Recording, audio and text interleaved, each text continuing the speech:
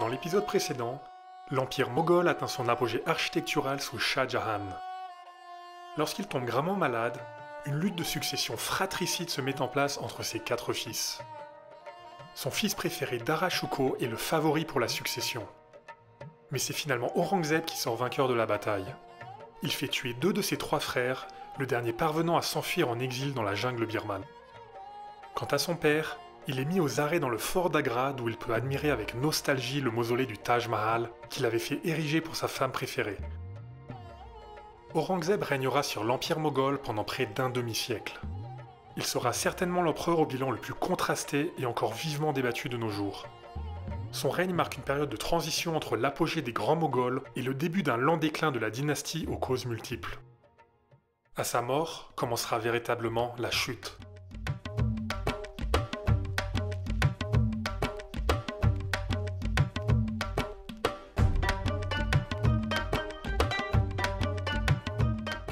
Comme tout prince moghol, Aurangzeb a passé une partie de sa jeunesse à batailler. Dans son cas, il a été posté par son père qui ne l'appréciait guère aux frontières ingrates de l'Empire. Il a ainsi combattu les sultanats islamiques du Décan au sud et les Perses à Kandahar au nord-ouest. Il y développe une expérience militaire et des qualités indéniables de stratège. Après avoir accédé au trône, Aurangzeb dévoile peu à peu sa conception du pouvoir. C'est un musulman orthodoxe austère et rigoureux qui va s'attacher à replacer l'Hindustan dans le giron de l'islam sunnite. Le règne d'Aurangzeb marque ainsi une véritable rupture par rapport aux précédents moghols. En effet, Akbar avait mis en place un syncrétisme entre les cultures et religions de l'Empire qui avait subsisté tant bien que mal sous Jahangir puis Shah Jahan. Aurangzeb fait rédiger de nouveaux textes de loi islamiques élaborés par des dizaines de spécialistes venus de tout le monde musulman. Cette énorme quantité de lois est rassemblée dans un ouvrage nommé Fatwa al-Alamgiri, les avis juridiques d'Alamgir. Alamgir étant le nom officiel de règne d'Aurangzeb.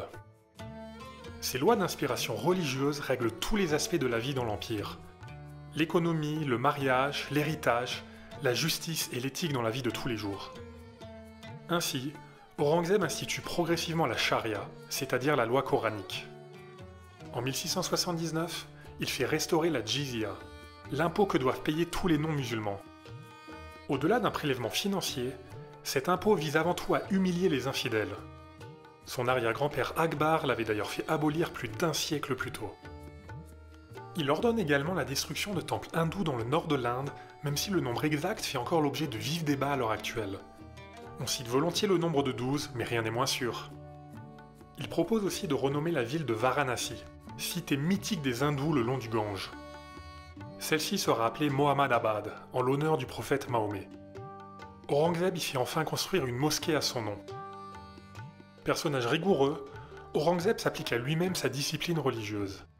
Il vit ainsi relativement modestement par rapport à ses prédécesseurs. En matière de culture, il délaisse le patronage des peintures miniatures pour promouvoir l'art de la calligraphie citant des passages du Coran. Il interdit le jeu, l'alcool, les narcotiques, la danse et la musique. Souvenons-nous que les précédents empereurs moghols étaient de grands consommateurs d'opium, aimaient le vin et soutenaient les arts. Dans le domaine géopolitique, son règne est marqué par la continuation d'une politique expansionniste vers le sud et le plateau aride du Décan, un des derniers bastions de résistance. Dans cette région, les sultanats islamiques chiites de Golconda et de Bijapur ne sont pas encore totalement mis au pas. Aurangzeb va ainsi passer 25 ans dans le sud de l'empire moghol à combattre ces sultanats, mais aussi une rébellion hindoue. Il fait d'ailleurs transférer sa capitale politique au sud dans la petite ville de Kitki, renommée alors Aurangabad, la ville construite par le trône. Aurangzeb fait finalement plier les sultanats de Bijapur et de Golconda en 1686. À Golconda, il met la main sur les fameuses mines de diamants. Dans cette zone au sud de l'empire moghol, il doit également faire face au soulèvement d'une rébellion armée de paysans soldats hindous nommés les Maraths. Ces derniers sont menés par un certain Shivaji. Fils d'un général hindou ayant servi les sultanats islamiques du Décan, Shivaji mène une guerre d'usure contre les Moghols avec des techniques de guérilla sporadiques. Par la suite, il signe un traité de paix avec Aurangzeb, mais ce dernier l'emprisonne lui et son fils lorsqu'ils lui rendent visite à Agra. Ils parviennent à s'échapper miraculeusement. Ensuite, Shivaji se nommeront en 1674 et fonde une dynastie qui deviendra une confédération et qui connaîtra une expansion géographique grandissante pendant le siècle suivant. Shivaji est alors presque considéré comme un demi-dieu. Il reste aujourd'hui une figure historique majeure pour les Indiens. Aurangzeb enverra ses armées pour mater cette rébellion et pense à un moment parvenir à ses fins. Mais la guérilla continue et s'étend sur près d'un quart de siècle jusqu'à la mort d'Aurangzeb en 1707. Ainsi, une force de contestation hindoue majeure prend forme pendant le règne d'Aurangzeb. De nombreuses autres rébellions surgissent au nord. Par exemple, lorsqu'Aurangzeb fait tuer le gourou des Sikhs, Tegh Bahadur, il se met à dos cette communauté religieuse dans le Punjab. Une autre révolte est le fait des Jats, une communauté d'agriculteurs hindous. Ces derniers sèment le chaos dans la région au sud de Delhi et en viennent même à piller le mausolée d'Akbar, proche d'Agra. Malgré tout, l'Empire moghol atteint son extension géographique maximale sous Aurangzeb à la fin du XVIIIe siècle. Mais un quart de siècle de guerre dans le sud a épuisé les armées et les finances mogholes. Des centaines de milliers de soldats sont morts. Les armées ont ruiné les campagnes, causant famine et peste au sein des populations. À la fin de sa vie, Aurangzeb lui-même aura perdu le sens de tous ces combats incessants. Il confie alors à son fils « Je suis venu seul et repars comme un étranger. Mon règne n'a laissé que tristesse derrière lui. Je n'ai pas été le gardien et le protecteur de l'Empire. L'armée est comme moi, perturbée et séparée de Dieu. » Malgré tout, on estime qu'autour de 1700, l'Empire moghol produit un quart de la richesse mondiale, plus que l'Empire de Chine ou que toute l'Europe occidentale réunie. Selon les estimations, les revenus de l'Empire sont alors 10 fois supérieurs à ceux du royaume de France de Louis XIV, le roi Soleil. L'Empire profite particulièrement de l'économie florissante du Bengale qui atteint une forme de proto-industrialisation, notamment dans les textiles. En effet, ces cotonnades, mousselines et soieries sont exportées dans le monde entier. Enfin, l'Empire compte près de 160 millions d'habitants, soit près d'un habitant sur 4 de la planète. Dans le domaine architectural, les dépenses d'Aurangzeb sont minimes.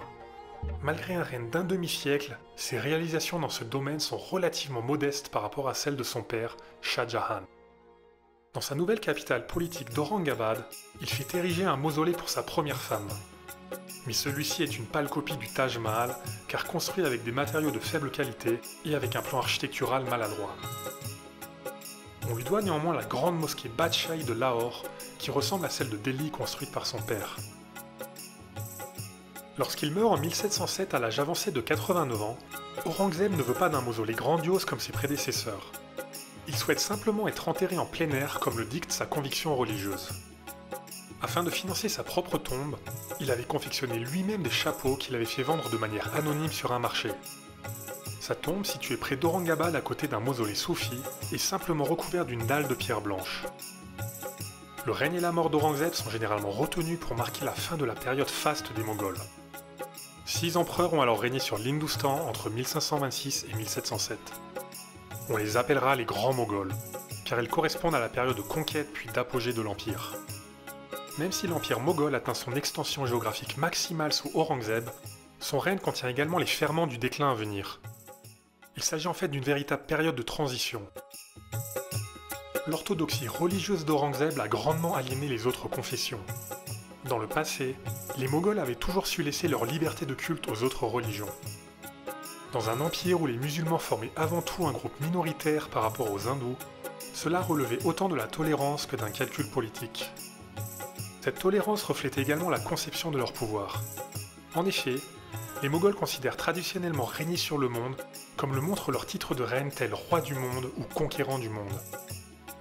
Ils se situaient ainsi dans la lignée de leurs ancêtres Tamerlan et Gengis Khan, qui ont conquis d'énormes territoires où vivaient des peuples de cultures diverses. Ainsi, il est tout à fait normal pour eux de compter de nombreux peuples et religions sous leur égide. Perses chiites, Touranis sunnites d'Asie centrale, hindous, sikhs et jains. Au niveau militaire, les 25 ans de guerre dans le Décan contre la guérilla marathe et les sultanats islamiques ont coûté très cher financièrement et humainement. Enfin, le cœur historique du pouvoir moghol dans le nord de l'Inde, autour des villes d'Agra, de Delhi et de Lahore, a été laissé à l'abandon.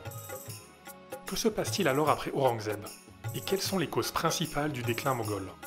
Celui-ci mènera inexorablement à leur chute au milieu du XIXe siècle.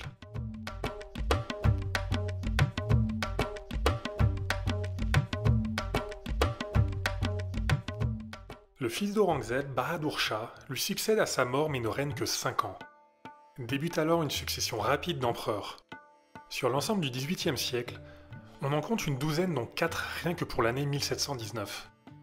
Suite à la mort d'Aurangzeb, le siège du pouvoir était revenu au fort rouge de Delhi dans le nord. Delhi compte alors une population de près de 2 millions d'habitants, plus que Paris et Londres réunis. Parfois, des historiens ont pu attribuer le déclin de l'empire moghol à la personnalité des successeurs d'Aurangzeb. Ils auraient sombré dans la dépravation, la luxure et manqué de poigne. Il est vrai que le pouvoir est instable, mais la personnalité des empereurs n'est pas la cause principale du déclin. En fait, le XVIIIe siècle voit s'opérer un basculement du pouvoir politique dans les régions au détriment du pouvoir central moghol à Delhi. C'est le cas dans le Décan où un ancien gouverneur local des Moghols prend le titre de Nizam et gère la région de façon autonome sans formellement déclarer son indépendance. Ce scénario est relativement similaire dans l'Oud et le Bengale au nord-est. Les Marathas hindous s'emparent quant à eux de larges territoires au centre et au nord de l'Inde. On appelle alors ces dirigeants locaux des Nawabs, un terme d'origine arabe signifiant député. Ce terme donnera le mot français de nabab, qui désigne dans le langage courant une personne riche et puissante. Malgré tout, ces pouvoirs régionaux restent liés au cadre impérial et tirent toujours une partie de leur légitimité de la reconnaissance par la dynastie moghole. Progressivement, les Moghols perdront de plus en plus le véritable pouvoir politique, notamment après 1750. Il existe également de nombreuses forces rebelles en marche, notamment les Marathas hindous qui avaient mené une guérilla continue contre Aurangzeb à la fin du XVIIe siècle. Au XVIIIe siècle, des relations complexes se mettent en place entre ce groupe de paysans guerriers et les Moghols. Ces derniers reconnaissent l'autorité des Marathas sur le Décan. En échange, les Marathas s'engagent à défendre les Moghols contre des menaces extérieures. Ils adoptent également des rituels de la cour moghole et les principes de leur gestion administrative. Les Marathas se renforcent et avancent progressivement vers le nord de l'Inde en pillant et brûlant les terres, ce qui contribue à l'instabilité générale dans l'Hindoustan. Le pays sombre dans une forme d'anarchie larvée qui ne dit pas son nom. Les témoins européens relatent le manque de sécurité régnant sur les routes et témoignent de villages calcinés. Au niveau militaire, un événement majeur marque définitivement la fin de la grandeur moghole en 1739. À cette date, le nouveau roi de Perse, Nader Shah, attaque l'empire moghol par les montagnes afghanes au nord-ouest, puis s'enfonce dans les plaines du Pendjab. Ce général d'armée a récemment renversé la dynastie régnante des Safavides qui dirigeait la Perse depuis 2 siècles. Il a ensuite conquis de façon éclair un immense empire en Asie centrale et au Moyen-Orient. L'empereur moghol alors en place, nommé Muhammad Shah, est affolé et monte une immense armée en urgence. Puis il la dirige vers le nord de Delhi afin de bloquer Nader Shah. Armé de canons mobiles plus modernes et fins tacticiens, Nader Shah et ses Perses battent facilement les armées mogholes à la bataille de Karnal au nord de Delhi. Alors qu'elles dominaient les champs de bataille d'Hindoustan depuis plus de 200 ans, les armées mogholes sont défaites en quelques heures seulement. Le bilan est désastreux. En effet, Nader Shah et ses soldats rentrent ensuite à Delhi et tuent des milliers d'habitants avant de piller ses richesses. Ils retournent rapidement en Perse, rapportant des fortunes estimées à 9 milliards d'euros actuels. Cette fortune est transportée par des milliers de chameaux, de chevaux et d'éléphants volés. Les Perses ont également mis la main sur des objets de grande valeur et symboles du pouvoir moghol, comme le mythique trône du Pan ou les diamants Koh-i-Noor et Darya-i-Noor. Pour Nader Shah, l'attaque sur Delhi est avant tout un moyen de se constituer un trésor de guerre afin de lutter contre les Ottomans et les Russes à l'est de son empire. On dit même qu'il supprimera pendant 3 ans le prélèvement des impôts en Perse, tellement le butin moghol l'avait enrichi. Sa conquête éclair suivie de pillages fait écho à celle de Tamerlan à Delhi 300 ans plus tôt. Ce dernier est d'ailleurs un modèle pour Nader Shah. Suite à cet événement tragique, l'empereur moghol Muhammad Shah conserve son titre d'empereur, mais la réputation des Moghols en sort considérablement affaiblie. Par ailleurs, les caisses du trésor sont vides. Puis ce sera le tour du roi proclamé d'Afghanistan Ahmad Shah Durrani de lancer des raids contre le Pendjab entre 1747 et 1761. Il en profite pour piller une nouvelle fois Delhi en 1757. Un autre acteur extérieur va constater la faiblesse des Moghols et profiter de la situation. Il s'agit d'une société de commerce privé anglaise nommée l'East India Company, ou Compagnie des Indes orientales. Elle est née en 1600 dans de simples bureaux à Londres en tant que société par action visant à développer le commerce des épices avec l'Asie. La couronne britannique lui a donné le droit de conquérir des territoires et d'entretenir des armées en plus de ses droits exclusifs au commerce avec l'Asie. Distancée par les Hollandais dans les Moluques riches en épices, la société anglaise choisit finalement de s'orienter sur les Indes riches en textiles, indigo et salpêtre. Au cours du XVIIe siècle, elle avait progressivement installé des comptoirs commerciaux sur les côtes de l'Inde, loin des centres de pouvoir terriens des Moghols. En 1639, elle avait ainsi développé un comptoir dans un petit village de pêcheurs sur la côte de Coromandel au sud-est de l'Inde. Ce territoire est hors du contrôle des Moghols et la compagnie y bâtit le fort Saint-Georges qui protège les artisans et commerçants locaux de tout danger. Ce village nommé Madras Patinam deviendra la ville de Madras, renommée Chennai de nos jours. Puis en 1661, les Anglais obtenaient des Portugais le comptoir de Bombaya, ce qui veut dire bonne baie en français. Il s'agit d'un petit archipel sur la côte ouest de l'Inde qui dispose d'une baie idéale pour le mouillage des bateaux de commerce. Ce village deviendra la ville de Bombay.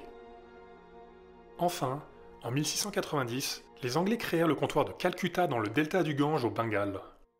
Dominée par un fort, elle deviendra la capitale commerciale et politique de la Compagnie des Indes. À ses débuts, la compagnie n'avait pas eu recours à la force militaire et avait toujours tenté d'obtenir les faveurs moghols pour commercer. On se souvient du diplomate Sir Thomas Roe, qui avait passé des années à la cour de Jahangir dans les années 1610 afin d'obtenir des droits au commerce. Ce dernier regardait de haut cet étranger qui lui avait ramené des cadeaux peu raffinés d'un pays lointain. Peu porté sur le commerce en tant qu'homme de culture, Jahangir ne relève même pas cette visite diplomatique dans ses mémoires. Notons par ailleurs que d'autres puissances européennes installèrent des comptoirs commerciaux sur les côtes indiennes. Le Portugal avait initié le mouvement au début du XVIe siècle avec par exemple le comptoir de Goa. Le XVIIe siècle voit les Pays-Bas, la France et même le Danemark se positionner en Inde. Ainsi, le royaume de France fonde sa propre compagnie des Indes orientales et installe des comptoirs tels que Pondichéry sur la côte de Coromandel ou Chandernagore dans le delta du Gange au Bengale. Puissance terrienne issue de l'Asie centrale, les Mongols n'ont pas une culture maritime et n'ont jamais développé de flotte commerciale et militaire d'envergure. Ils ont laissé les Européens s'installer sur les côtes et n'ont vu que leur intérêt à court terme, c'est-à-dire profiter de l'argent et de l'or ramassé par la vente de produits aux Européens. Au XVIIIe siècle, les Anglais se sentent en position de force face aux Mongols. En 1757, l'East India Company remporte sa première victoire militaire face aux Nababs du Bengale à la bataille de Plassey dans le delta du Gange.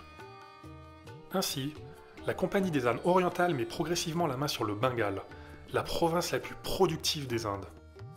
Plus tard, elle y lèvera elle-même l'impôt depuis Calcutta et battra sa propre monnaie.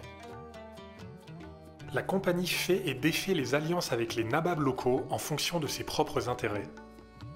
Son emprise territoriale va grandissante pendant la deuxième partie du XVIIIe siècle. Les Français et les Anglais s'affrontent dans des escarmouches militaires dans une lutte de pouvoir pour la prise de leurs comptoirs respectifs. Finalement, en 1763, les Français laissent le champ libre aux Anglais en Inde suite à la guerre de 7 ans en Europe, d'où le royaume britannique sort grand vainqueur. Au final, ce n'est pas le royaume britannique en tant qu'entité politique qui met la main sur de larges territoires de l'Hindustan moghol. Il s'agit d'une entreprise privée dont le but est le commerce maritime et la recherche du profit maximal. À Londres, elle développe une forme de lobbying politique intense au Parlement et ses anciens membres enrichis deviennent des élus influençant également les décisions politiques. Entre la fin du XVIIIe et le milieu du XIXe siècle, les Anglais lancent des guerres contre les puissances régionales éparpillées telles que Mysore au sud, les Marathas ou encore les Sikhs dans le Punjab. La gestion calamiteuse de la grande famine du Bengale en 1770 par la Compagnie va pousser la couronne britannique à vouloir reprendre la main politique en Inde. Par ailleurs, la Compagnie est accusée par Londres de corruption et de dérive tandis que son emprise territoriale sur le sous-continent s'accentue. La Grande Mutinerie de 1857 marquera le point de rupture. Cette année-là, les soldats hindous et musulmans qui se battent pour le compte des Anglais nommés Sipais se mutinent. Leurs commandants leur fournissent de la graisse de porc et de bœuf afin de graisser leurs fusils, ce qui heurte leurs croyances religieuses. Leur mutinerie d'envergure est péniblement et durement matée par les Anglais. La même année, les soldats britanniques s'emparent de Delhi, la capitale des Moghols. La couronne britannique prend alors une décision lourde de sens. Elle décide d'arrêter l'empereur moghol Bahadur Shah dit Zafar et de l'exiler en Birmanie, mettant ainsi fin aux 300 ans de règne de cette dynastie. La Grande-Bretagne fonde alors son royaume des Indes, le Raj. le sous-continent indien devient une colonie anglaise pour près d'un siècle. Au début du XXe siècle, les Anglais installeront leur capitale politique à Delhi, la ville symbole de pouvoir des dynasties islamiques régnant sur l'Inde depuis plus de 600 ans. Entre 1877 et 1911, ils organisent 3 défilés et cérémonies d'intronisation grandioses réminiscents de ceux des Moghols appelés Durbar. Le roi et la reine d'Angleterre participent en personne au Durbar de 1911.